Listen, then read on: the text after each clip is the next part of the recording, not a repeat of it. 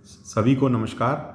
मैं हूं डॉक्टर मनोज कुमार बत्रा, सह आचार्य रसायन शास्त्र विभाग, सम्राट पृथ्वीराज चौहान राजकीय महाविद्यालय अजमेर।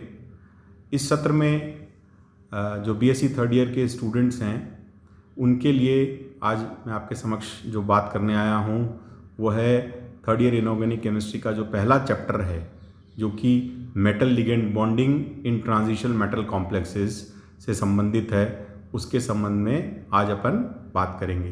तो संक्रमण धातु संकुलों में धातु लिगेंड बंध, यानी कि जो मेटल और लिगेंड का बॉन्ड है, जो कि जो ट्रांजिशन मेटल्स के जो कॉम्प्लेक्सेस हैं उसके संबंध में हम जो है वो बात करेंगे। देखिए, सर्वप्रथम हमें पता होना चाहिए कि संक्रमण धातु संकुलों के में जो धातु लिगेंड बंध है, इसको समझाने के लिए कुल 4 सिद्धांत जो हैं वो प्रतिपादित किए गए हैं। तो संक्रमण धातु संकुलों में धातु लिगेंड बंधन को समझाने के लिए मुख्य रूप से 4 सिद्धांत हैं। पहला सिद्धांत जो है वह है पॉलिंग का सिद्धांत, जो कि valency bond theory by polling, या जिसको अपन कहते हैं संयोजकता बंध सिद्धांत। दूसरा सिद्धांत जो है वो हैंस बेथे और वैन व्लेक ने दिया, जो कि क्रिस्टल क्षेत्र सिद्धांत है, या जिसको अपन कहते हैं क्रिस्टल फील्ड थ्योरी। तीसरा सिद्धांत जो है, जो कि मुलिकन द्वारा दिया गया, वो है आणविक कक्षक सिद्धांत या मॉलिक्यूलर ऑर्बिटल थ्योरी। और चौथा सिद्धांत जो है, जो कि ऑर्गल के द्वारा दिया गया, वो है लिगेंड फील्ड थ्योरी। तो ये 4 सिद्धांत जो हैं वो इस मेटल लिगेंड के बॉन्डिंग को एक्सप्लेन करने के लिए जो है मुख्य रूप से प्रतिपादित किए गए हैं।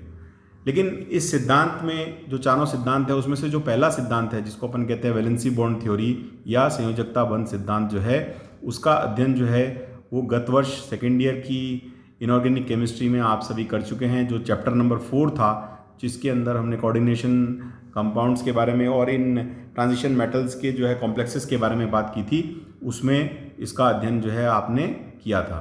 तो संयोजकता बंध सिद्धांत का अध्ययन विद्यार्थी जो है द्वितीय वर्ष में कर चुके हैं। इस जो है इसका अध्ययन जो है आपने ऑलरेडी उसमें कर लिया है। अब तृतीय वर्ष के अंदर जो है हम जो क्रिस्टल फील्ड थ्योरी है उसका अध्ययन जो है वो यहाँ पर थर्ड ईयर में करेंगे। और जो आणविक कक्षक सिद्धांत और लिगेंड फील्ड थ्योरी, जिसके बारे में मैं आपसे अभी चर्चा कर रहा था, ये दोनों सिद्धांत जो हैं वो काफ़ी एडवांस लेवल के हैं। इनका अध्ययन जो है वो हम एमएससी के अंदर करने वाले हैं। तो अभी हम जो मुख्य रूप से बात करेंगे वो है क्रिस्टल फील्ड थ्योरी के संबंध में। लेकिन उससे पहले हम बात करेंगे जो संयोजकता बंध सिद्धांत है उसके संबंध में, कि संयोजकता बंध सिद्धांत में जो है वो सिद्धांत जो है अब केवल ऐतिहासिक महत्व का रह गया है, क्योंकि उसमें कुछ कमियां हैं। सबसे पहले हम उन कमियों को पढ़ेंगे और उसके बाद में फिर हम क्रिस्टल फील्ड थ्योरी के बारे में बात करेंगे। तो संयोजकता बंध सिद्धांत यद्यपि संकुलों के बनने, उनके चुंबकीय गुण एवं ज्यामिति आदि की व्याख्या करने में तो काफ़ी सफल रहा है, किंतु फिर भी इनकी कुछ सीमाएं हैं, जिसकी वजह से इस सिद्धांत का अब केवल ऐतिहासिक महत्व ही है, अधिक ही रह गया है। वर्तमान में संक्रमण तत्वों के संकुलों के व्यवहार की व्याख्या के लिए इस सिद्धांत का अधिक उपयोग नहीं होता है, जैसा भी मैंने आपसे कहा। और इस सिद्धांत की कुछ सीमाएं जो हैं वो निम्न है। तो ये जो सिद्धांत है ये चुंबकीय गुणों को समझाने में, ज्यामिति को समझाने में ये जो है इसके लिए तो सफल रहा, और ये भी बता सकता है कि संकुल कैसे बनते हैं। लेकिन इसके बाद में कुछ और जो हमने जब इसके अंदर एक्सपेरिमेंट किए, प्रयोग किए, तो ये पाया कि ये सिद्धांत से बहुत सारी इसमें सीमाएं हैं, बहुत सारी इसकी कमियां हैं, जिसके कारण से इस सिद्धांत जो है उसका अब केवल ऐतिहासिक महत्व रह गया। तो अभी हम बात करते हैं कि इस सिद्धांत में कौन कौन सी कमियां हैं। तो limitations of valency bond theory या संयोजकता बंध सिद्धांत की सीमाएं।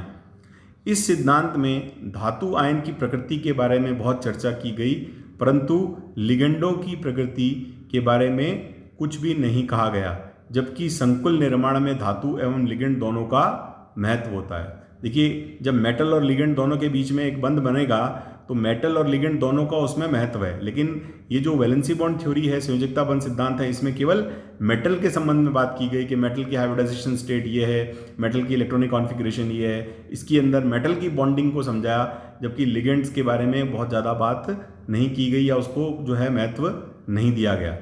दूसरा है संकुलों के रंग यानी कॉम्प्लेक्सेस का कलर, अवशोषण स्पेक्ट्रम एवं चुंबकीय गुणों की मात्रात्मक व्याख्या यानी उनकी क्वांटिटेटिव जो है एक्सप्लेनेशन जो है वो इस सिद्धांत के आधार पर नहीं दिया जा सकता। यानी वैलेंसी बॉन्ड थ्योरी के आधार पर उनका क्वांटिटेटिव एक्सप्लेनेशन जो है वो नहीं दिया जा सकता, क्योंकि इस सिद्धांत में डी कक्षकों का विपाटन या जिसको अपन स्प्लिटिंग कहते हैं वो नहीं दर्शाया गया है।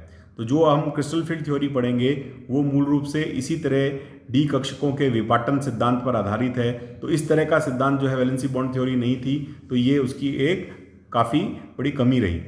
इसी प्रकार से इस सिद्धांत के आधार पर अभिक्रिया की दर, जिसको अपन कहते हैं रेट ऑफ रिएक्शन एवं क्रियाविधि या मैकेनिज्म जो है, इसको नहीं समझाया जा सकता। फिर है चौथी सीमा जो है, चौथी इसके अंदर कमी जो है वैलेंसी बॉन्ड थ्योरी की, कि इस सिद्धांत के आधार पर इस बात की स्पष्ट व्याख्या नहीं की जा सकती कि धातु आयन जो है वो आंतरिक कक्षक संकुल, जिसको अपन क्या कहते हैं इनर ऑर्बिटल कॉम्प्लेक्स, कब बनाएगा और बाह्य संकुल, बाह्य कक्षक संकुल जो है वो कब बनाएगा। यानी कि कब मॉलिक्यूल जो है वो इनर ऑर्बिटल कॉम्प्लेक्स बनाता है और कब आउटर ऑर्बिटल कॉम्प्लेक्स बनाता है, ये वैलेंसी बॉन्ड थ्योरी इसको एक्सप्लेन नहीं कर सकती। जैसे उदाहरण लिखें, उदाहरण स्वरूप अमोनिया, साइनाइड जैसे लिगेंड सामान्यतः आंतरिक जो है कक्षक संकुल का निर्माण करते हैं। जैसे FeCN6 CONH3 जो है 3+, ये सब जो हैं ये आंतरिक कक्षक संकुल हैं। जबकि H2OX- जिसको अपन हैलाइड कहते हैं, ऐसे लिगेंड्स जो हैं वो क्या करते हैं, वो बाह्य कक्षक संकुल जैसे FeF6 और COF6 संकुल जो है यही बनाते हैं। ऐसा क्यों? इसके विषय में संयोजकता बंध सिद्धांत जो है वो नहीं समझा पाता।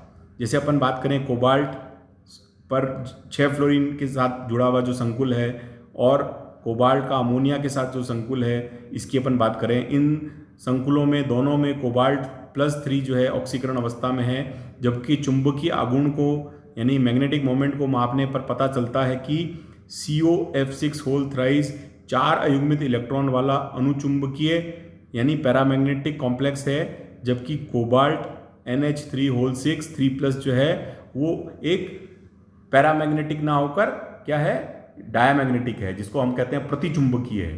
तो ये जो दो संकुल हैं, जिसमें से एक तो पैरामैग्नेटिक है फ्लोरीन वाला और अमोनिया वाला डायमैग्नेटिक है, तो इसके कारण की व्याख्या जो है चुंबकीय गुणों के आधार पर यह कहा जा सकता है कि कोबाल्ट का जो फ्लोरीन के साथ में कॉम्प्लेक्स है में संकरण हेतु 4D कक्षकों का उपयोग होता है एवं इसकी संकरण अवस्था जो है क्या है, sp3d2 है, जबकि कोबाल्ट NH3 3+ में 3D कक्षकों का उपयोग होता है और इसकी जो संकरण अवस्था है वो D2sp3 है।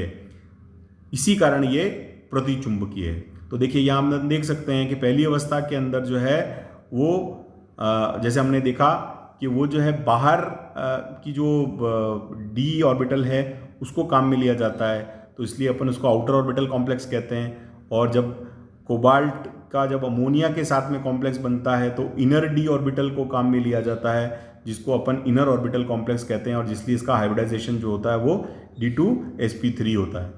तो पॉलिंग द्वारा चुंबकीय आधार पर आंतरिक कक्ष संकुलों को सहसंयोजक व बाह्य संकुलों को आयनिक ठहराने के पीछे का आधार जो है वो भी नहीं समझाया जा सकता। तो मतलब जो वैलेंसी बॉन्ड थ्योरी है वो ये नहीं बता सकती, क्योंकि पॉलिंग ने ये कहा कि जो इनर ऑर्बिटल कॉम्प्लेक्स होते हैं वो नेचर में कोवेलेंट होते हैं, उनकी सहसंयोजक प्रकृति होती है, और आउटर ऑर्बिटल कॉम्प्लेक्स जो होते हैं वो आयनिक होते हैं। तो उसके पीछे क्या आधार था ये हम नहीं समझा सकते।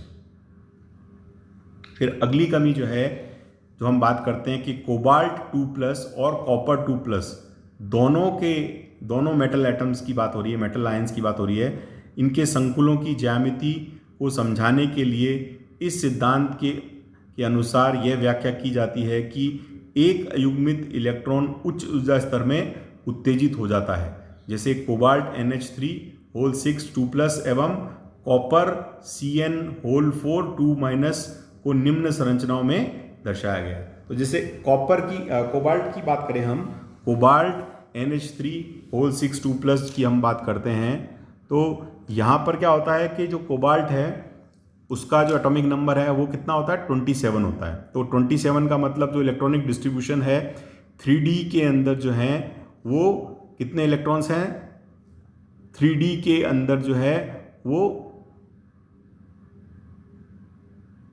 7 इलेक्ट्रॉन्स हैं और 4s में 2 इलेक्ट्रॉन्स हैं।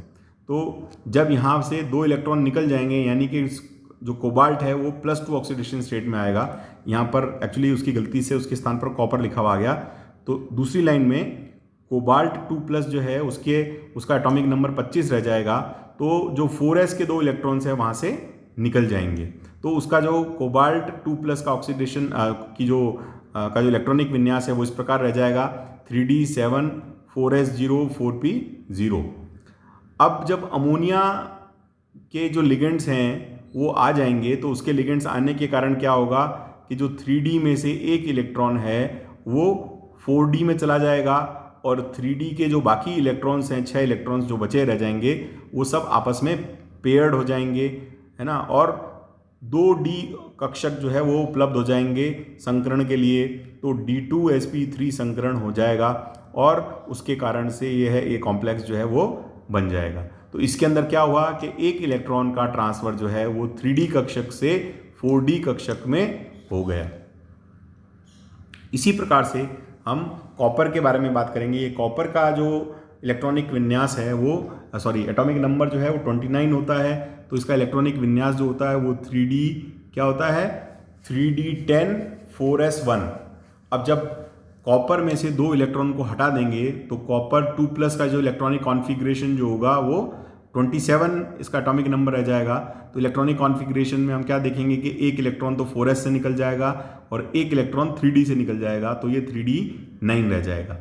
अब यहाँ 4 साइनाइड जो है आयंस के आने के कारण क्या होगा, लिगेंड्स के कारण से यहाँ पर जो कॉपर है उसमें से एक इलेक्ट्रॉन जो है जो कि उसके 3D ऑर्बिटल में है वो इलेक्ट्रॉन ट्रांसफर होकर 4p में चला जाएगा और यहाँ DsP2 हाइब्रिडाइजेशन होने के कारण से क्या होगा, 4 जो है वो उसके हाइब्रिड ऑर्बिटल्स बन जाएंगे और इस प्रकार से स्क्वायर प्लेनर कॉम्प्लेक्स जो है उसका निर्माण हो जाएगा।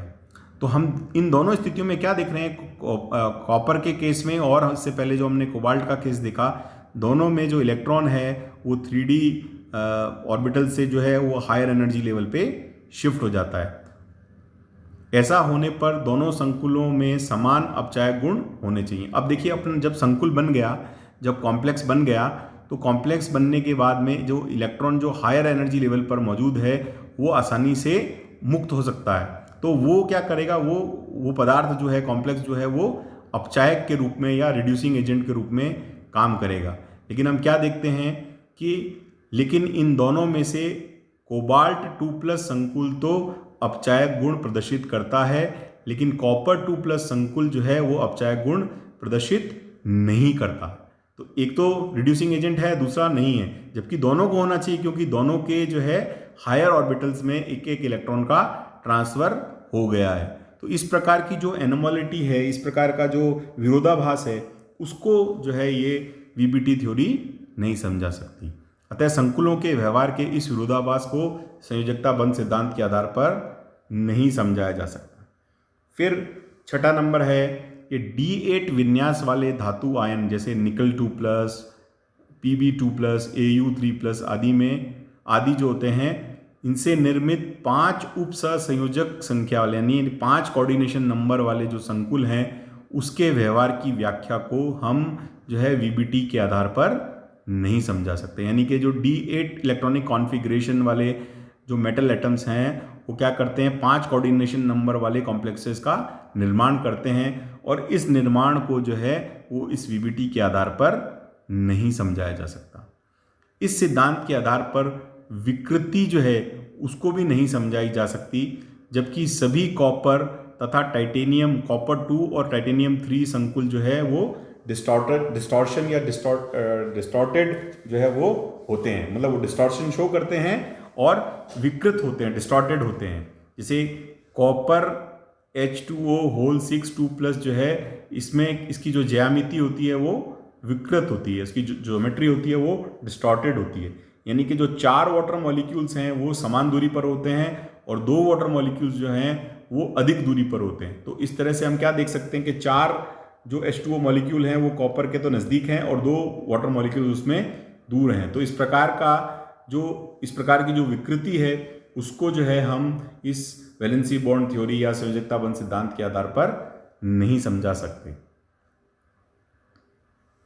फिर है अगला, इसकी जो कमी है, किसी इलेक्ट्रॉन के उच्च ऊर्जा स्तर पर जाने के लिए पर्याप्त ऊर्जा की आवश्यकता पड़ती है।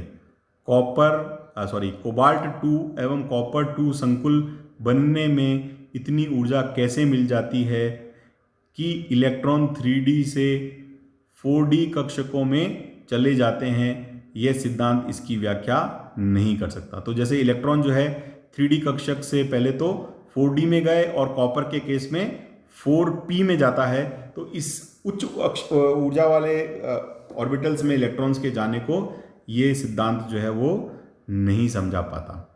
इसी प्रकार से 9वीं जो इसकी हम बात करें, 9th जो इसकी लिमिटेशन है कि इस सिद्धांत के आधार पर किसी संकुल के बनने में कुल ऊर्जा परिवर्तन की मात्रात्मक गणना नहीं कर सकते। यानी कि जो टोटल चेंज इन एनर्जी है उसको हम क्वांटिटेटिवली इस पीबीटी से नहीं निकाल सकते। वीबीटी का मतलब वैलेंसी बॉन्ड थ्योरी से। फिर है लास्ट है कि निकल 2+ आयन जो है वो अमोनिया अणुओं के साथ में एक चतुष्फलकीय संकुल बनाता है, जबकि साइनाइड आयन के साथ में इसका संकुल जो होता है वो स्क्वायर प्लेनर बनता है। एक तो निकल और अमोनिया के बीच में जो कॉम्प्लेक्स बनता है वो तो टेट्राहेड्रल बनता है, और निकल और साइनाइड के साथ जो कॉम्प्लेक्स बनता है वो स्क्वायर प्लेनर बनता है। तो ये जो इन दोनों की जो अलग अलग शेप है, दोनों की जो ज्योमेट्री है, उस ज्योमेट्री को हम इस वैलेंसी बॉन्ड थ्योरी के आधार पर नहीं समझा सकते। तो इसका भी स्पष्ट कारण एवं पूर्वानुमान जो है इस सिद्धांत के आधार पर संभव नहीं है। तो इस प्रकार से ये मुख्य रूप से कमियां हैं जो कि जिसको हम कहते हैं limitations of valency bond theory या संयोजकता बंध सिद्धांत की सीमाएं, जिसके कारण से हम कह सकते हैं कि ये सिद्धांत जो है वो एक ऐतिहासिक महत्व का रह गया है। केवल हम उसका नाम या उसकी हिस्ट्री के रूप में उसको पढ़ते हैं, लेकिन जो कॉम्प्लेक्सेस के अंदर मेटल और लिगेंड की बीच की जो बॉन्डिंग को समझाने के लिए जो है अब अधिक महत्व जो है वो क्रिस्टल फील्ड थ्योरी को दिया जाता है, जिसके बारे में हम हमारे आगामी लेक्चर में पढ़ेंगे। आप सभी का बहुत बहुत धन्यवाद। फर्स्ट ईयर के अंदर इनऑर्गेनिक के अंदर जो मेनली जो बुक्स हैं वो 3 प्रकार के पब्लिकेशंस की बुक्स हैं, आपको मालूम होगा। एक है CBH पब्लिकेशन की बुक, एक है रमेश RBD पब्लिकेशन की बुक और एक है साहित्य पब्लिकेशन की बुक। इनमें से जो भी किताब आपको अच्छी लगे आप खरीद सकते हैं। और जो फर्स्ट ईयर थर्ड ईयर के अंदर जो इंग्लिश मीडियम के स्टूडेंट्स हैं उनको RBD की बुक अवेलेबल है। मेरे ख्याल से इंग्लिश में भी ये तीनों ही जो है पब्लिकेशंस अवेलेबल हैं, तो आप उसमें से भी जो बुक आपको अच्छी लगे वो आप ले सकते हैं। लेकिन जल्दी से बुक लें जिससे कि जो आपकी पढ़ाई है वो सुव्यवस्थित हो सके। आप सभी का धन्यवाद।